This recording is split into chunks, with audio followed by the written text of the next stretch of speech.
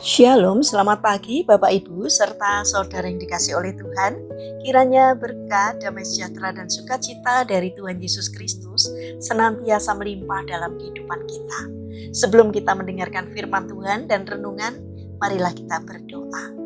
Tuhan Allah Bapa yang Maha Baik, kami sungguh bersyukur atas kebaikan dan kemurahan-Mu, karena Engkau Tuhan yang tak pernah meninggalkan kami.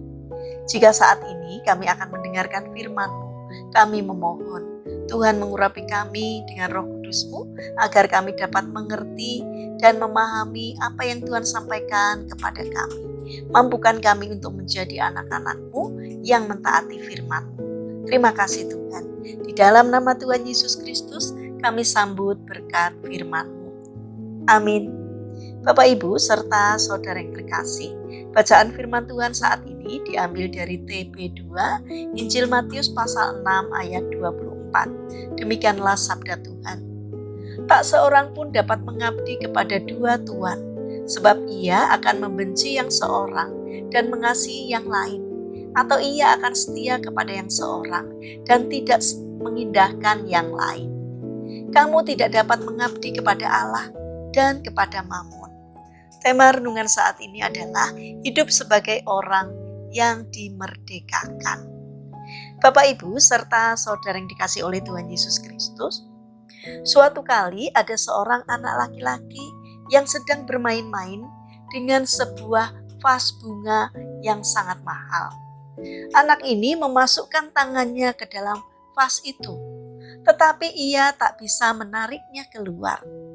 Ayahnya berusaha keras menolongnya, tetapi semua usahanya sia-sia. Keduanya murung karena tidak rela memecahkan vas yang indah itu.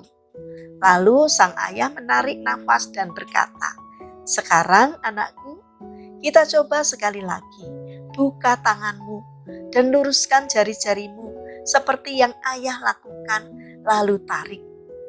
Yang mengejutkan adalah si anak menjawab, "Tidak ayah, saya tidak mungkin meluruskan jari-jari saya seperti itu. Jika saya melakukannya, saya akan menjatuhkan koin saya dan saya tidak mau hal itu terjadi." Bapak Ibu dan saudara yang terkasih, seperti anak kecil tersebut, kebanyakan dari kita sering bertindak seperti itu. Kita begitu sibuk memegangi recehan yang tak berharga, sehingga kita tidak dapat menerima kebebasan. Terkadang kehidupan dalam dosa dianggap sebagai sesuatu harta yang sebenarnya telah membutakan mata rohani kita. Padahal sebagai orang percaya yang telah hidup di dalam Kristus, kita telah dimerdekakan dari segala bentuk kutuk dosa.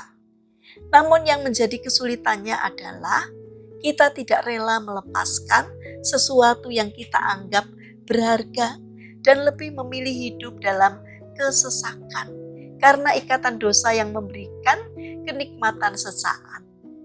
Adalah hal yang sulit jika kita harus rela melepaskan prinsip duniawi dan sesuatu yang telah menjadi pegangan atas hal-hal yang kita sukai dan kita anggap berharga dalam kungkungan dosa. Tetapi bukan berarti itu tidak bisa. Tuhan Yesus berkata bahwa kuasa dalam diri kita yang kita terima dari Tuhan, itulah yang memampukan kita untuk melepaskannya sehingga kita bebas dari belenggu dosa.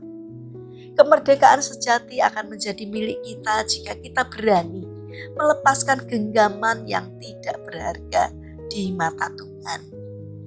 Bapak Ibu serta saudara yang terkasih, hal yang sama pernah dialami oleh seorang perempuan Samaria yang mengalami perjumpaan dengan Yesus.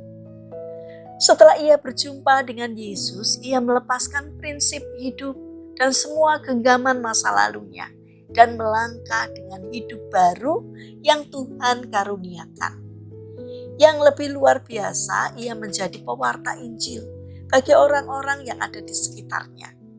Begitulah kehidupan kita bisa menjadi lebih baik jika kita menyerahkan bejana hidup kita ke tangan Tuhan dengan cara melepaskan genggaman yang kita anggap berharga namun tidak sesuai dengan pandangan Tuhan, lalu menjalani kehidupan yang benar dalam ikatan kasih kepada Tuhan. Mari kita lepaskan kehidupan yang penuh dosa karena kita sudah mendapatkan pengampunan dari Tuhan, supaya kita benar-benar memperoleh kemerdekaan yang sejati. Mari kita berdoa. Tuhan Yesus yang Maha Pemurah, mampukan kami untuk melepaskan segala genggaman dosa dan prinsip hidup lama yang tak berkenan di mata Tuhan, sehingga kami dapat mengalami kemerdekaan yang sejati. Bapa yang Maha Kasih, kami ingin menyerahkan untuk seluruh aktivitas kami hari ini ke dalam tangan-Mu. Kami memohon penyertaan dan pertolongan-Mu. Berikanlah kesehatan kepada kami dan juga kepada orang-orang yang kami kasihi. Kami memohon kiranya Tuhan yang menyertai kami. Bapa yang Maha Baik, kami berdoa untuk saudara-saudara kami yang mengalami lemah fisik atau sakit. Kiranya Tuhan berbelas kasih untuk menjamah dan menyembuhkannya. Demikian juga berkatilah bangsa dan negara kami, terutama para pemimpin yang Kau percaya untuk memimpin negeri ini. Kiranya Tuhan memberi hikmat dari surga sehingga setiap keputusan apapun yang dikerjakannya seturut dengan pimpinan Tuhan. Terima kasih Tuhan, kami serahkan doa dan permohonan kami hanya di dalam nama Tuhan Yesus Kristus. Amin. Puji Tuhan Bapak Ibu serta saudara yang terkasih, kiranya firman Tuhan dan renungan hari ini dapat menjadi berkat bagi kita semua. Haleluya.